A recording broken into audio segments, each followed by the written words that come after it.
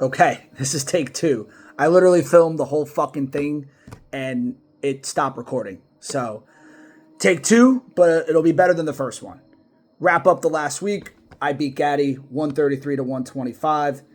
Bobby beat Ted 109 to 74. Matt beat Sidnam 129 to 79. Reed beat Brad 112 to 74. Dooley beat Rusty 82 to 77. And then you got Carbs beat Tyler 123 to 109. So that is your week one recap there. So we'll get right into it. I got Sidnam's team at 12. Listen, just if Joe Burrow's not going to do much and you have Rashad White and, in your starting running back rotation with Kareem Hunt, I don't know, man. You were so good for so long, and it might just be, okay, let's reset and try to rebuild this thing from scratch because he had such a great run. I got Dooley at 11, so I just kind of flipped the two there. Did get a win. Xavier Worthy did get hurt, so you have that issue as well. But win's a win, Duels. You take it. I got Ted's team at 10. Bad performance. You have some quarterbacks that can replace Tua, at least on the bench, and I think you'll get a better performance with CeeDee Lamb. But this is kind of what we talked about, kind of a changing of the guards thing for Ted's team. But, I think he'll be fine. I think it'll end up being working out. But, it may not be one of the years for Ted, just the way the team's kind of trending. I'm still sticking Tyler at 9. I know Derrick Henry had a great week and Saquon had a great week, but not much from the receivers. I do like the move to go to Drake May over Dak Prescott. Maybe not this week because Dak's got to put 50 up against the Giants, so maybe switch that back. But I don't hate. I love the two running backs. Can the rest of the team, is Cooper Kupp going to pull his weight on the team as well? So just some questions I have, but I don't think the team's in a terrible spot there. I got Rusty at 8. I switched up a little bit things in the middle, but I think Rusty's team's had a bad performance this week. It just was Trevor Lawrence didn't play good. You didn't get a great performance from Jonathan Taylor, even despite the Colts and Daniel Jones putting up a ton of points. T. Higgins didn't do a great job. Ladd McConkey, these guys are going to perform. And you had some guys on the bench like Quentin Johnston that played really well, and Javonte Williams, guys, sometimes it happens. So I do like the depth, and I think Rusty will be fine. Like I said, I think the 5 to 8 section is 5 to 9, 5 to 10 is really close between the league. Brad at 7. Nico Collins had a great week. So listen, Jared Goff's got to play better. It's a little risque with the way the Lions look offensively yesterday. Like, what's their identity? And listen, I think Goff had a great year last year. Could he do what he did last year? I don't know. It's asking a lot. He threw for 4,600 yards and had a bunch of touchdowns and very threw limited interception. So, we'll see what happens there. I got Matt's team at 6.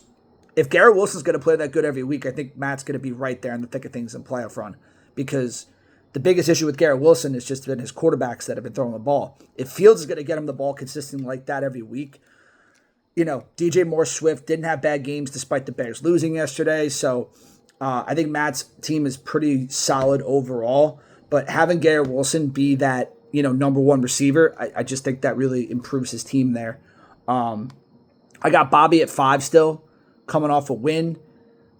I do, listen, Caleb Johnson got negative points, and it didn't even matter. Neighbors didn't have a good game. It didn't matter. Brock Bowers is going to be the best tight end in fantasy this year. To me, he is just that good. And I think the youth is going to take over. And he has Jaden Daniels in big game against them and the Packers on Thursday. So we'll see how that all goes down. Still thinking about Carbs at 4. Really needs a tight end. Tyler Higbee put up a 0. But otherwise, you like what Carbs' team has done. You like that they've made some really nice improvements there with his team. But tight end's got to be better. That's just the bottom line. But Josh Allen is the best fantasy quarterback in the league. So you're always going to have that. I think Josh Jacobs is in a better season. He could have as good a season he had last year. So I think Carbs team's really heading in the right direction there. I'm putting myself at 3. I know I beat Gaddy last week, who is still number 1 in the power rankings. But some other parts of my team's got to be better. But having Lamar Jackson is never a bad thing. So keeping that myself at 3 there. Still got Reed at 2. Like the way his team performed. Puka and St. Brown are still solid. And if you're going to get that from Breece Hall every week, like that could really be the X factor that I think Reed's team needs to kind of stay in the top 3 there. And I know Gaddy's team is still number 1.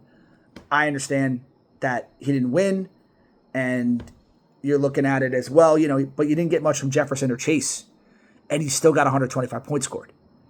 George Kittle got hurt the first quarter, team only. So I'm not worried about Gaddy's team. Still the best team in the league. On paper, it could be the best fans team I've ever seen. But tough matchup next week against Carbs. Will he go to 0-2? And then it doesn't matter how good your team is on roster.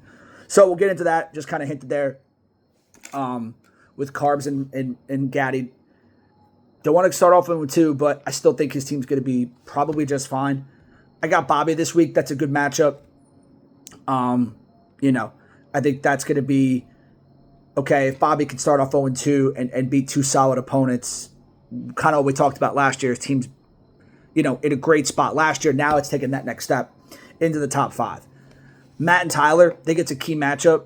Is Matt's team ready to take that next step? Is Tyler's team more of a team in the past? I don't necessarily think it could be either one, but it could be both. Rusty versus Reed. Again, Rusty probably want to avoid 0-2 with the team he has, and Reed's team's playing pretty well. So that's another good matchup there. You got a battle of the bottom with Dooley and Sidnam. But hey, you're playing for draft picks. You wish Jeremiah Smith was playing coming out this year, but he's not. So, not sure who the number 1 pick is going to be in fantasy next year. I don't even know. Let me know. And then the final matchup is Brad versus Ted. This is a loser-go-home situation because I think whoever can win this game kind of keeps themselves in that 1-1 record. 0-2, you start to kind of, all right, we got to turn things around a little bit. And if Ted can't win this game, it's like, all right, maybe we start to focus on the future. Brad, I still think his team has a chance in the mix, but it's got to play better than it did last week. So that's it. That's all I got. We'll see you after week 2, and enjoy the rest of your day, guys.